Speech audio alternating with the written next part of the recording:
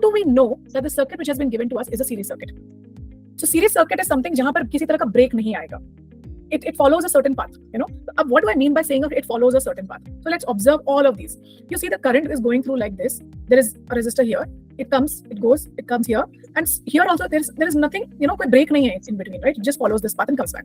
Here also if you see, ये गए यहाँ तक आए गए, it's also series. Here also if you go like this, series. Here also it's series. It's going like this, right? We don't see they are all connected. इसका end इसके end से connected है. Yes. इसका and इसके starting point से connected है. Are we getting this? So it's always like this, and do you see it going through like this?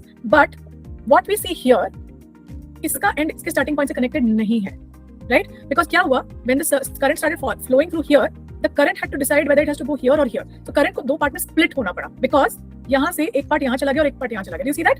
So when you see something like this, you know this is a parallel circuit. Let's show you a third example. यहाँ पर it's a complex circuit. Why is it a complex circuit? Because it is both. तो यहाँ दो चीजें series में है और बाकी के दो चीजें you'll have to figure out. So I can see this and this are in parallel. Okay? But ये दोनों का जो आंसर होगा वो इसके साथ सीरीज में आ जाएगा.